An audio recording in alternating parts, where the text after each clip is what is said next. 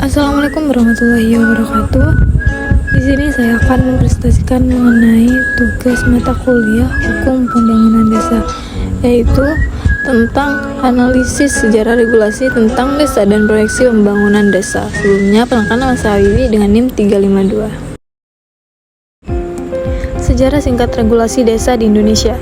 Regulasi tentang desa di Indonesia telah mengalami perkembangan yang dinamis seiring dengan perubahan zaman dan dinamika politik. Secara garis besar, perkembangan regulasi desa dapat dibagi menjadi beberapa periode.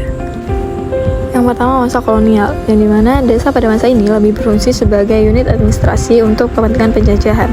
Regulasi yang berlaku sangat sentralistik dan mengutamakan kepentingan kolonial. Yang kedua, masa Orde Baru. Desa ditempatkan sebagai basis pelaksanaan pembangunan. Regulasi yang ada lebih fokus pada pembangunan fisik dan ekonomi di desa. Yang ketiga, masa reformasi, di mana masa ini terjadi desentralisasi yang memberikan otonomi yang lebih luas kepada desa. Undang-Undang Nomor 6 Tahun 2014 tentang desa menjadi tonggak penting dalam sejarah regulasi desa di Indonesia, memberikan pengakuan atas hak asal-usul dan hak tradisional desa. Analisis regulasi desa. Undang-Undang Nomor 6 Tahun 2014 tentang desa menjadi landasan hukum yang kuat bagi pembangunan desa. Beberapa poin penting dalam undang-undang ini antara lain yang pertama, pengakuan atas hak asal-usul dan hak tradisional desa. Hal ini memberikan legitimasi bagi desa untuk mengatur dan mengurus kepentingan masyarakatnya. Yang kedua, otonomi desa. Desa diberikan kewenangan yang luas dalam mengatur dan mengurus urusan pemerintahan, pelaksanaan pembangunan, pembinaan kemasyarakatan, dan pemberdayaan masyarakat. Dan yang ketiga, dana desa. Pemerintah pusat mengalokasikan dana desa yang signifikan untuk mendukung pembangunan desa. Selanjutnya, tantangan dalam implementasi regulasi. Yang pertama, kapasitas aparatur desa. Tidak semua aparatur desa memiliki kapasitas yang memadai untuk mengelola dana desa dan menjalankan program pembangunan. Kedua, partisipasi masyarakat. Partisipasi masyarakat dalam perencanaan dan pelaksanaan pembangunan desa masih perlu ditingkatkan. Yang ketiga, koordinasi antar pemerintahan. Koordinasi antar pemerintahan, pusat, provinsi, dan kabupaten atau kota dalam mendukung pembangunan desa masih perlu diperkuatkan. Selanjutnya, proyeksi pembangunan desa.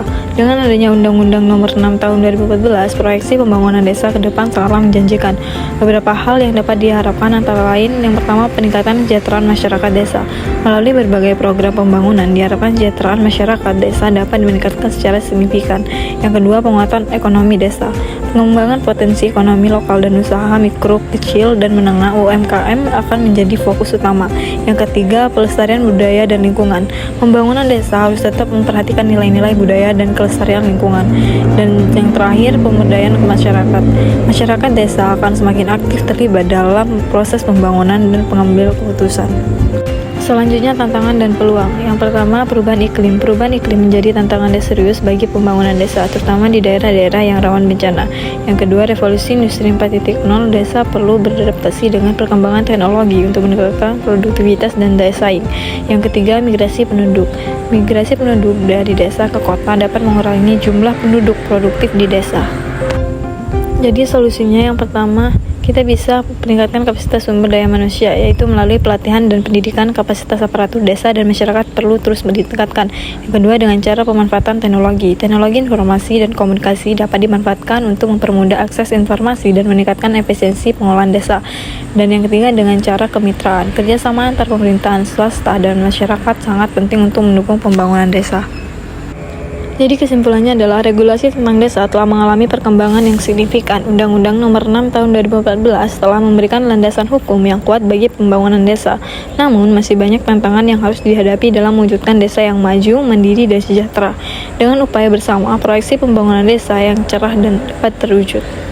Mungkin cukup sekian presentasi dari saya, kurang lebihnya mohon maaf. Wassalamualaikum warahmatullahi wabarakatuh.